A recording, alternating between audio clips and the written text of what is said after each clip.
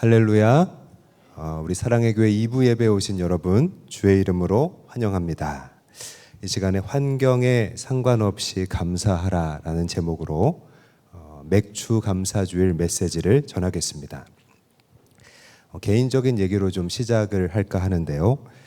제가 군 생활했을 때 얘기입니다. 제가 제 또래들이 다 전역할 때쯤에 입대를 했으니까요. 좀 늦게 가기도 했고요. 그래서인지 뭘 하든지 잘 못하고 적응이 좀 어려웠습니다. 하루는 이 훈련소에서 행군을 하다가 힘들게 이제 부대로 복귀를 하게 됐는데요. 수고했다고 육개장 사발면을 하나씩 다 나눠주는 겁니다. 뚜껑을 열고 이제 줄을 서서 뜨거운 물을 받는데요. 제가 무거운 군장을 지고 긴 거리를 걸었던 게 그때가 처음이었어서 다리랑 손이 막 부들부들 떨렸습니다. 여러분 힘들면 막 손발이 떨리는 그런 경험 있으시잖아요. 이 사발면을 들고 물을 받아서 제자리로 가서 먹어야 되는데 제가 손에 힘이 없어가지고 들고 가다가 한 입도 못 먹고 땅에 쏟고 말았습니다. 지금도 기억나는데 훈련소에서는 이름을 안 부르고 번호로 부르거든요. 제가 210번이었고 제 앞에 209번이 있었는데 209번이 그런 저를 불쌍히 여기고 자기 걸 먹으라고 그 귀한 사발면을 저에게 주었던 것입니다. 그때 먹었던 게 세상에서 제일 맛있는 라면이었는데요. 지금도 그때를 생각하면 너무나 고마운 마음이 일어나는 것입니다. 그림을 하나 보여드리면요. 지금 보시는 그림은 미국의 앤 스트롬이라는 화가가 그린 은혜라는 작품입니다. 탄광촌에서 일하고 있는 한 노인의 일상을 그린 작품인데요. 왜 제목을 은혜라고 이름 붙였을까요? 이 노인 앞에는 수프와 빵이 놓여져 있습니다. 평범한 아주 간소한 식사일 수 있는데요. 하지만 그림을 찬찬히 살펴보면 이 기도하고 있는 노인의 모습에서 깊은 감사가 풍겨나는 것을 우리는 느낄 수 있습니다. 그림은 이런 얘기를 우리에게 하는 것 같습니다. 작은 것에 감사하면서 기도할 때 우리 삶은요 부요하게 변한다는 것입니다. 제가 설교를 준비하면서 알게 된 얘기인데요. 어떤 선생님이 학생들을 교실에 모아두고 풍선을 하나씩 나눠줬습니다. 거기 자기 이름을 다 쓰게 하고 교실에서 날리게 한 거예요. 수십 개의 풍선이 막 동시에 뒤섞였습니다. 이제 선생님이 학생들에게 자 이제 너의 이름이 적힌 풍선들을 찾아라 라고 했는데요. 여기저기 이거 내 거 아니네 내 거 아니네 하면서 5분이 지나도 자기 거를 못 찾고 교실은 난장판이 된 것입니다. 그러자 선생님이 다음 지시를 내렸습니다. 지금 자기 앞에 있는 풍선을 하나씩 잡고 거기 이름이 적혀 있는 사람에게 풍선을 찾아줘라. 그러니까요, 풍선들은 한순간에 제자리를 찾게 됐다는 거예요.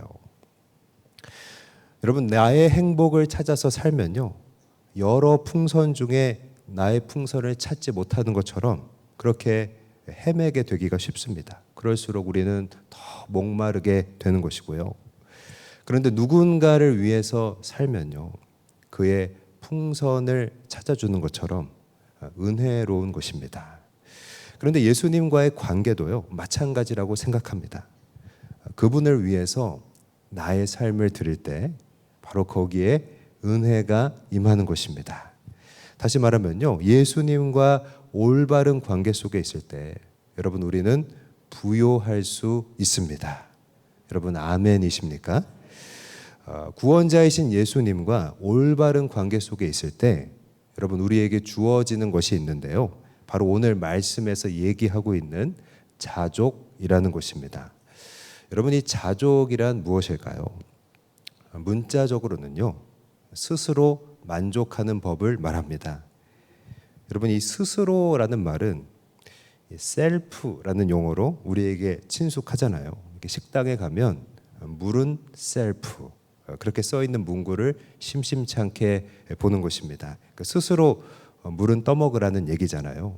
이 물은 셀프라는 말이 여기저기서 다 각인돼서 그런지 어린 초등학생 중에는요, 물을 영어로 쓰라고 하면 워터라고 해야 되는데 셀프라고 쓰는 애들이 덜어 있습니다. 저희 딸 얘기는 아닙니다. KBS의 유머 1번지 시절을 기억하시는 분들은 아마 아실 텐데, 개그맨 최양락 씨가 하던 괜찮아요라는 인기 코너가 있었습니다.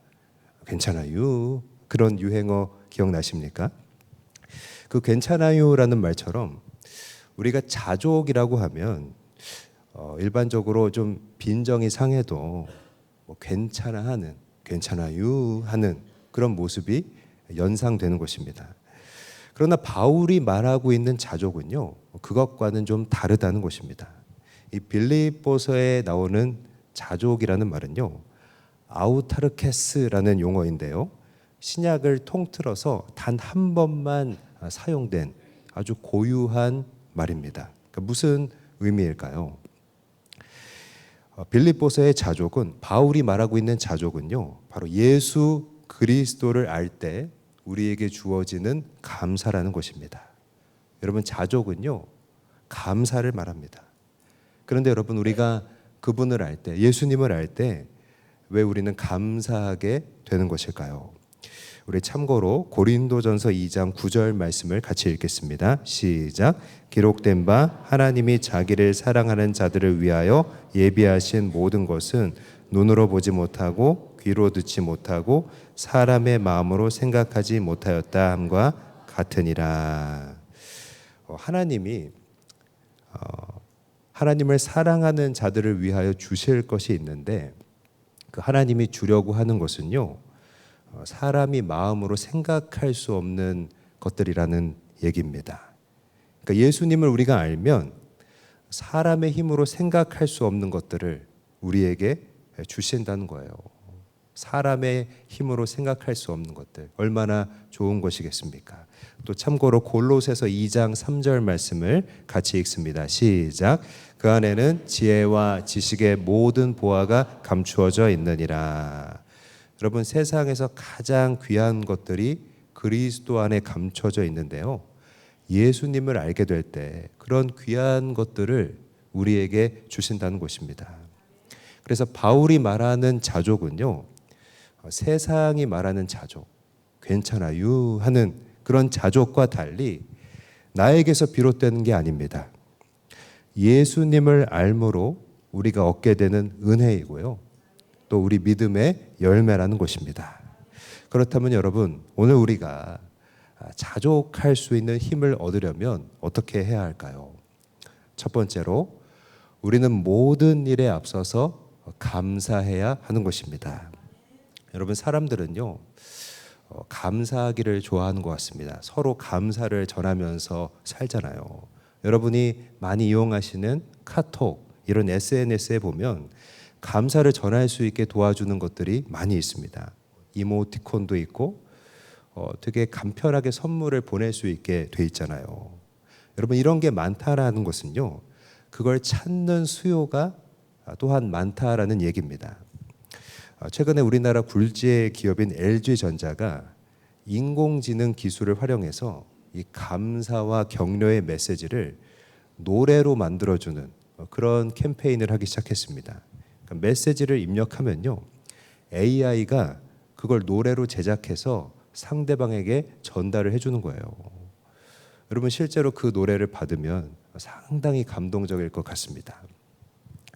그런데 우리는 이렇게 사람에게는 서로 감사를 전하면서도 하나님께는 잘 감사를 하지 못하는 그런 경우가 있습니다. 하나님께는 감사하지 않는 일들이 많다는 것입니다. 왜 그럴까요? 감사할 사람은 우리 눈에 보이지만 감사를 드릴 하나님은 우리에게 보이지 않기 때문입니다.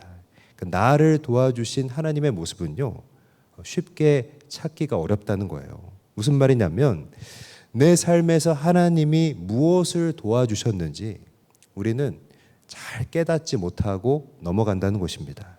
중요한 것은요, 여러분, 믿음이 있어야 감사도 할 수가 있다는 것입니다. 그래서 여러분, 자족은요, 신앙이라고 말할 수 있습니다. 여러분, 자족은 다름 아닌 신앙입니다. 자족은 환경과 상황에 달려있는 게 아닙니다. 자족은 신앙입니다. 다시 말하면 자족하는 감사는요, 우리의 환경에 영향을 받지 않는다는 것입니다. 구약의 다니엘의 예를 한번 살펴보기 원하는데요. 다니엘 6장 10절 말씀 한번 같이 읽겠습니다. 시작. 다니엘이 이 조서에 왕의 도장이 찍힌 것을 알고도 자기 집에 돌아가서는 윗방에 올라가 예루살렘으로 향한 창문을 열고 전에 하던 대로 하루 3번씩 무릎을 꿇고 기도하며 그의 하나님께 감사하였더라. 아멘. 여러분, 다니엘이라는 하나님의 백성이 있었는데 페르시아라는 나라의 지배를 받고 있었습니다. 근데 이 페르시아는요, 황제였던 다리오를 신으로 여기는 나라였는데요. 그 황제인 다리오는 자신이 아닌 다른 존재에게 기도를 하면 사자굴에 넣기로 명령을 내린 것입니다. 그 사실을 알고도 다니엘은요, 하루에 3번씩 기도를 했는데요. 여러분, 그 내용이 무엇이었다고 했습니까? 그의 하나님께 감사하였더라. 여러분, 바로 감사였다는 것입니다. 또 바울의 예를 한번 들어보기 원하는데요. 사도행전 16장 24절에서 25절 읽어보겠습니다. 시작. 그가 이러한 명령을 받아 그들을 깊은 옥에 가두고 그 발을 착고에 든든히 채웠더니 한밤중에 바울과 실라가 기도하고 하나님을 찬송하며 죄수들이 듣더라. 여러분, 바울은요, 매를 많이 맞고 감옥 안에 갇혔는데요. 그런 중에 그가 했던 일은 다름 아닌 찬양과 기도였다는 것입니다. 여러분, 그 내용 역시 감사였을 거라고 생각해요. 이 감사라는 말은 신약에 64번이 나오는데요. 그 중에 48번이 바로 바울 서신에 언급된다는 것입니다. 그러니까 신약에서 가장 감사를 많이 한 사람은요, 다름 아닌 바울이라는 것입니다. 여러분, 이렇게 다니엘과 바울에게서 감사는 환경의 열매가 아니라는 것을 보게 되잖아요. 여러분, 감사는요, 우리 신앙의 증거라는 것입니다. 그러면 여러분, 무엇이 우리를 감사하게 만드는 것일까요? 참고로 골로새서 2장 6절 7절 같이 읽습니다. 시작. 그러므로 너희가 그리스도 예수를 주로 받았으니 그 안에서 행하되 그 안에 뿌리를 박으며 세움을 받아 교훈을 받은 대로 믿음에 굳게 서서 감사함을 넘치게 하라. 아멘. 믿음에 굳게 서서 감사함을 넘치게 하라. 이렇게 말씀하고 있는데요. 여러분, 믿음 위에 굳게 서게 될 때 여러분, 우리는 하나님께 감사를 고백하게 되는 것입니다. 이 점에서 하나님께 속한 사람과 세상에 속한 사람을 선명하게 구분해 주는 것은요, 여러분, 바로 감사라고 말할 수 있습니다. 그런 점에서 여러분, 오늘 우리에게 감사가 있습니까? 베이직 교회를 목회하는 조정민 목사님이 지은 교회 속 반그리스도인이라는 책이 있는데요. 이 반그리스도인이라는 말은 교회 속에 하나님 뜻과 반대로 사는 그런 반그리스도인이 있다는 내용입니다. 거기서 목사님은 이렇게 말합니다. 늘 불만인 그리스도인은 반그리스도인이다. 그러니까 여러분, 감사가 우리의 아이덴티티, 우리의 정체성이라는 것을 강조하는 말이잖아요. 그래서 여러분, 감사는요, 하나님에 대한 우리의 태도이고요, 감사는 우리의 믿음의 척도가 된다는 것입니다. 여러분, 복음서에 보면 아주 유명한 오병이어라는 사건이 있잖아요. 5개의 떡과 2마리 물고기로 예수님이 5,000명 넘는 사람들을 먹이신 일입니다. 그런데 예수님은 오병이어를 행하시기 전에 하늘을 우러러 축사를 하셨는데요. 여러분, 이 축사가 무엇입니까? 다름 아닌 감사의 기도라는 것입니다. 또 예수님은 죽은 나사로를 살리실 때도요, 먼저 하셨던 일이 있는데요, 기도를 하셨다는 것입니다. 물론 감사의 기도였다는 것입니다. 여러분, 사람은요, 기적을 눈앞에서 보면 누구나 감사하게 될 것입니다. 어쩌면 그것은 당연한 일이겠죠. 그러나 예수님 이야기에서 알 수 있는 것은요, 기적이 일어나기 전에, 기적을 행하시기 전에 예수님이 먼저 감사를 드리셨다는 것입니다. 여러분, 감사가 먼저라는 것입니다. 여기서 무엇을 알 수 있습니까? 감사가 우리 삶에 하나님의 일, 기적을 만든다는 것입니다. 사랑하는 여러분, 우리는 먼저 감사해야 할 줄 믿습니다. 모든 일보다 앞서서 감사해야 하는 것입니다. 말기암 환자들을 섬기는 간증으로 잘 알려진 유정옥 사모님이라는 분이 계신데요. 그분의 울고 있는 사람과 함께 울 수 있어서 행복하다라는 책에 보면 이런 권면을 하고 있습니다. 우리의 힘으로 넘어서기 어려운 장벽을 만날 때, 우리 힘으로 극복하기 어려운 일들 만날 때 먼저 감사하라는 것입니다. 여러분, 우리가 할 수 있는 감사의 예는 무엇이 있을까요? 참고로 시편 121편 5절을 읽어보겠습니다. 시작. 여호와는 너를 지키시는 이시라. 여호와께서 내 오른쪽에서 내 글이 되시나니.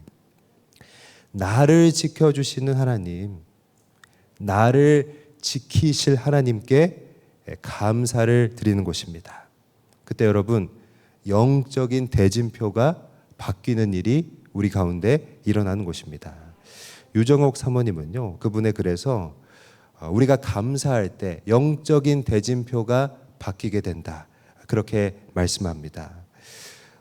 골리앗 대 다윗에서 하나님 대 골리앗으로 우리가 감사할 때 대진표가 바뀌고요, 바로 대 모세에서 하나님 대 바로로 대진표가 바뀌는 것입니다. 여러분, 영적인 대진표가 바뀌면 어떻게 되는 것입니까?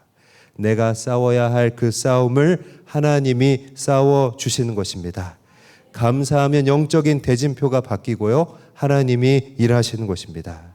사랑하는 여러분, 모든 일에 앞서서 감사함으로 자족의 은혜를 누릴 수 있기를 축복합니다.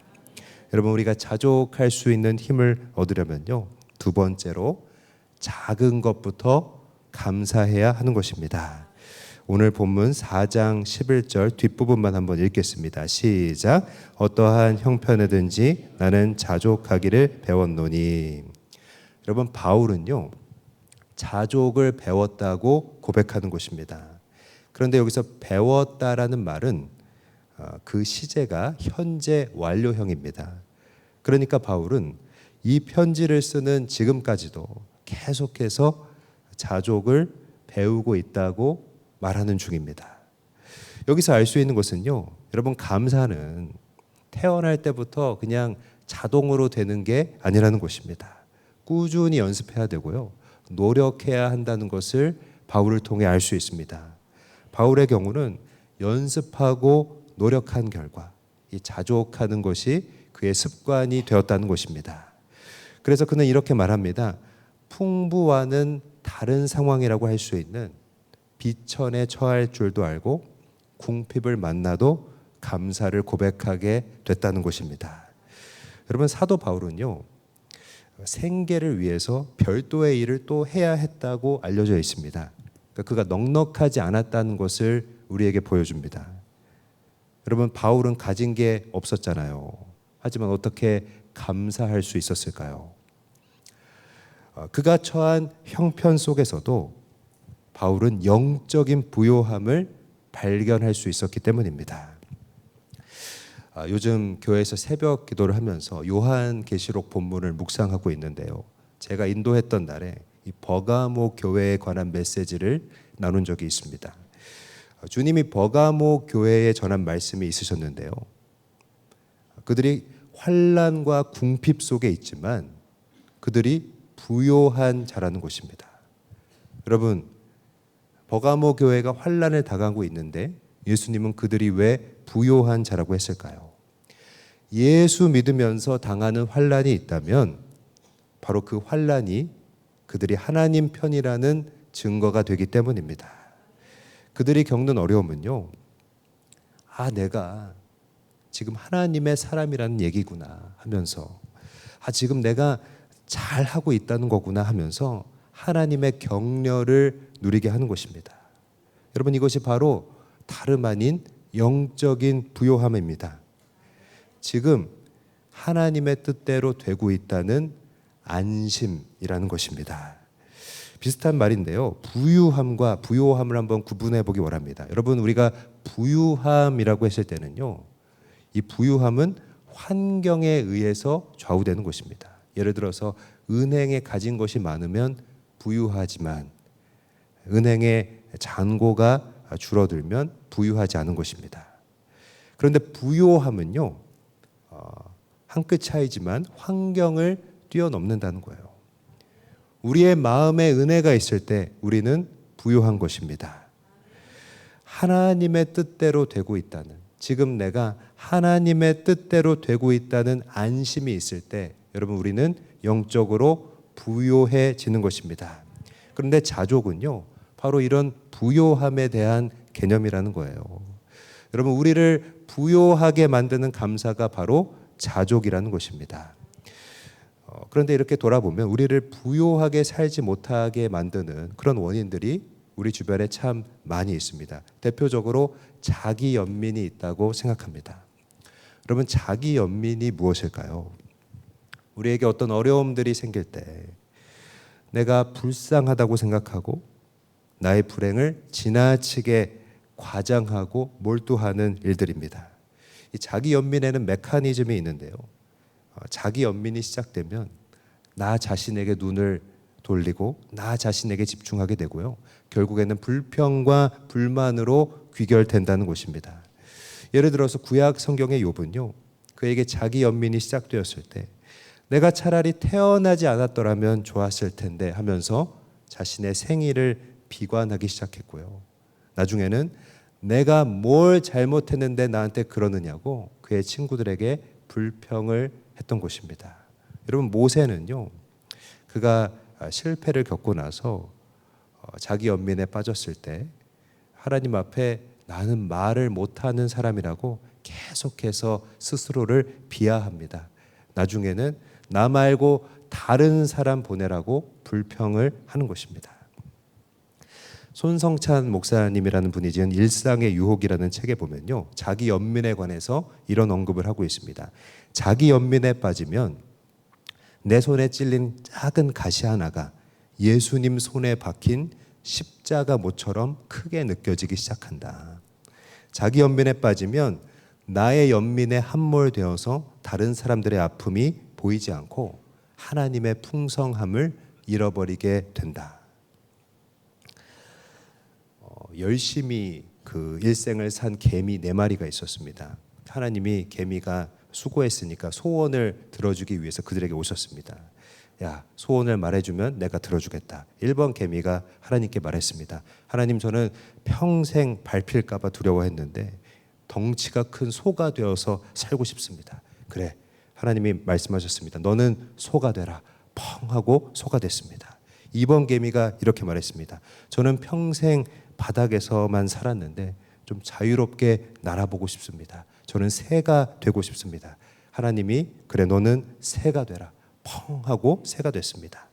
3번 개미가요, 저는 평생 먹을 것 모으느라 고생했는데 이제는 좀 눈치 보지 않고 남의 것 뺏어 먹고 싶습니다. 저는 쥐가 되고 싶습니다. 그래, 너는 쥐가 되라. 펑 하고 쥐가 됐습니다.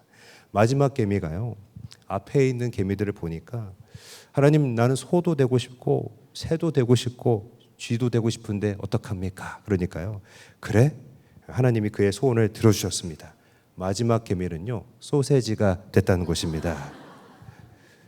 이해가 안 되시는 분은 집에 가서 한번 생각을 해보시면 좋겠습니다. 소세지가 된 개미는요, 너무나 바보 같습니다. 여러분, 우리가 자기 연민에 빠져서 남의 것을 부러워하면요, 바보 같은 선택을 하게 될 때가 있는 것입니다. 그런데 여러분, 자기 연민에 빠지지 않는 길이 있습니다. 무엇일까요? 바로 작은 것에 감사한 것입니다. 기독교 작가인 필립 얀시가 저술한 하나님 내게 왜 이러세요라는 책이 있는데요. 그가 일본의 쓰나미로 폐허가 된 현장, 또 세계의 내전이 벌어지고 있는 현장, 또 미국의 총기 난사 현장 같은 그런 비극의 장소를 돌아보면서 이 책을 지었다고 합니다. 얀 씨는요, 고통의 현장을 돌아보면서 이러한 얘기를 우리에게 전하고 있습니다. 인생의 지극히 작은 것까지, 심지어 고통까지 하나님의 선물이라는 것을 기억하자. 그 선물을 잘 사용하는 방법이 있는데 바로 감사라는 것을 발견하자. 워싱턴 DC에 위치한 내셔널 커뮤니티 교회를 목회하는 마크 배터슨 목사님이 부탁합니다, 미안합니다, 고맙습니다 라는 책에서 이런 얘기를 했습니다. 감사가 모든 고통을 치유해 줄 것이라고는 장담할 수는 없겠지만 좋은 출발점이 될 수 있다. 그렇게 필립 얀시의 생각을 지지하고 있는 것입니다. 저도요, 감사하면 심지어 고통도 하나님이 주시는 선물이 될 수 있다고 생각합니다. 여러분, 고통도 유익이 되는 길이 있을 수 있다면 그것은 바로 우리 감사의 고백에 달려 있다는 것입니다. 여러분, 구약에 다윗이라는 유명한 인물이 있잖아요. 그도 오랜 시간을 광야에서 보냈는데요. 광야에서 환난 중에 고통을 호소하면서도 그의 고백 중에는 빠지지 않는 내용이 있었습니다. 바로 하나님이 그의 왕이라는 고백이었습니다. 내가 환난 중에 있지만 주는 여전히 나의 왕이시라는 것입니다. 감사라는 말은 구약에 132번이 나오는데요. 그 중에 77번이 이 시편에 나온다는 것입니다. 그러니까 다윗은 구약에서 가장 감사를 많이 고백했던 사람입니다. 그의 광야의 고백을 한번 엿보기 원하는데요. 시편 63편 1절에서 3절 한번 같이 읽겠습니다. 시작. 하나님이여 주는 나의 하나님이시라. 내가 간절히 주를 찾되 물이 없어 마르고 황폐한 땅에서 내 영혼이 주를 갈망하며 내 육체가 주를 앙모하니이다. 내가 주의 권능과 영광을 보기 위하여 주를 바라보았나이다. 주의 인자하심이 생명보다 나음으로 내 입술이 주를 찬양할 것이라. 아멘. 여러분, 광야의 고통 속에서 하나님을 찬양하고 감사를 올려드리니까요, 하나님이 다윗을 광야에서 건져내어서 진짜 왕으로 삼으시는 것을 우리는 알게 됩니다. 마크 배터슨 목사님은 아까 언급한 책에서 감사에 대해 이런 말을 합니다. 감사는 내가 원하는 것을 가지는 것이 아니라 내가 가진 것에 대한 진가를 알아보는 것이다. 목사님의 말대로라면요, 고통도, 우리에게 있는 고통도 감사하면 그 고통의 진가를 알게 된다는 것입니다. 감사하는 방향대로 우리에게 있는 고통을 사용하십니다. 여러분, 고통도 감사하면 이 고통이 지금 나에게 어떤 하나님의 일을 하는지를 알게 되는 것입니다. 우리가 아까 읽은 말씀에서 다니엘은 사자굴에 들어가기 전에도 전에 하던 대로라고 하잖아요. 전에 하던 대로 그는 감사했다고 합니다. 사랑하는 여러분, 자기 연민이 우리에게 다가오려고 할 때 그 연민에 빠지기보다 작은 것에 감사할 수 있기를 바랍니다. 그렇다면 감사가 우리의 거룩한 습관이 될 줄 믿습니다. 세 번째로, 여러분, 우리가 자족할 수 있는 힘을 얻으려면요, 바로 예수 안에서 감사해야 한다는 것입니다. 오늘 본문 13절 말씀을 같이 한번 읽겠습니다. 시작. 내게 능력 주시는 자 안에서 내가 모든 것을 할 수 있느니라. 아멘. 여러분, 자족의 비결은요, 바로 예수 그리스도 안에 있을 때 우리에게 주어진다는 것입니다. 근데 여러분, 예수 안에 있다는 것이 좀 추상적이잖아요.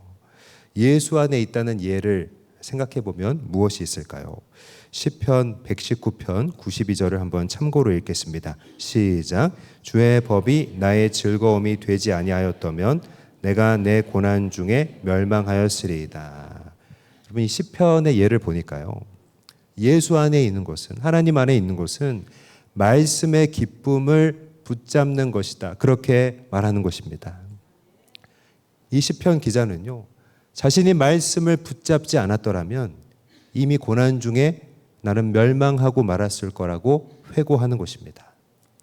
제가 최근에 힘들어하는 지체를 만나게 되었는데 이런 얘기를 나눴습니다. 성경책을 펴고 마음에 걸리는 말씀이 나올 때까지, 은혜되는 말씀이 나올 때까지 매일 그 말씀을 읽기로 결정하자. 그렇게 얘기를 나눴습니다. 여러분, 우리가 오늘 본문을 오해하면요, 비천과 풍부 이런 양극단을 다 두루 경험해야만 자족이 가능하겠구나 그렇게 생각할 수 있지만요, 그런 경험을 실제로 다 하는 사람은 많지 않잖아요. 자족은요, 이런 양극단을 다 경험해야만 가능한 것이 아니고 나에게 능력 주시는 자 안에서 누리는 것입니다. 바울은요, 지금 추운데 안 춥다 그런 얘기하는 것이 아닙니다. 춥고 괴로울 정도로 추운데 근데 감사할 수 있다는 것입니다. 특히 바울은 이 빌립보서를 쓰면서 감옥 안에 있었다고 우리가 알고 있잖아요.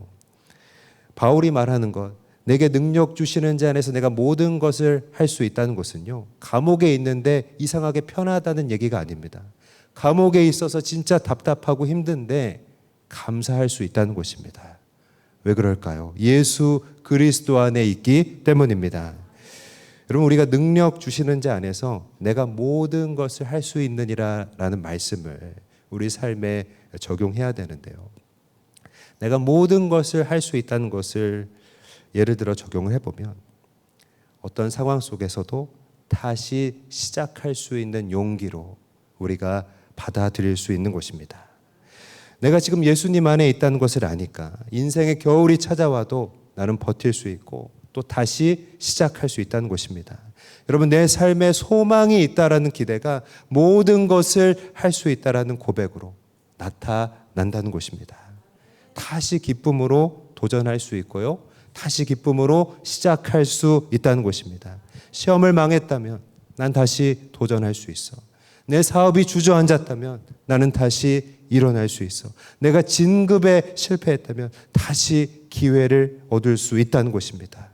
왜 그런가요? 능력 주시는 자 예수 그리스도 안에 우리가 있기 때문입니다. 여러분, 우리가 예수 안에 있다는 것을, 능력 주시는 자 안에 있다는 것을 한번 더 구체적으로 보기를 원하는데요, 놀이공원과 관련해서 한번 생각해 보기 원합니다. 여러분, 놀이공원에 갈 때 가장 메인 이벤트가 무엇입니까? 이런 롤러코스터를 비롯한 스릴 있는 그런 어트랙션이라고 하죠. 이런 기구들입니다. 때에 따라서 몇 미터에서 급강하는 것도 있고 이렇게 보면 꽤 위험한 것들이 많이 있잖아요. 그런데 실제로 저런 위험한 것을 타면서 튕겨나갈 걱정을 하는 사람은 의외로 별로 없다는 것입니다. 안전장치를 하고 있고 또 안전하다는 것을 믿고 타기 때문입니다. 그 증거가 있는데요, 이 놀이기구는 무서워 보이지만 다 막 손들고 좋아하고 있잖아요. 엄청난 속도로 급강하하는 중에도 안전하다는 것을 알면요, 손들고 기뻐할 수 있다는 것입니다.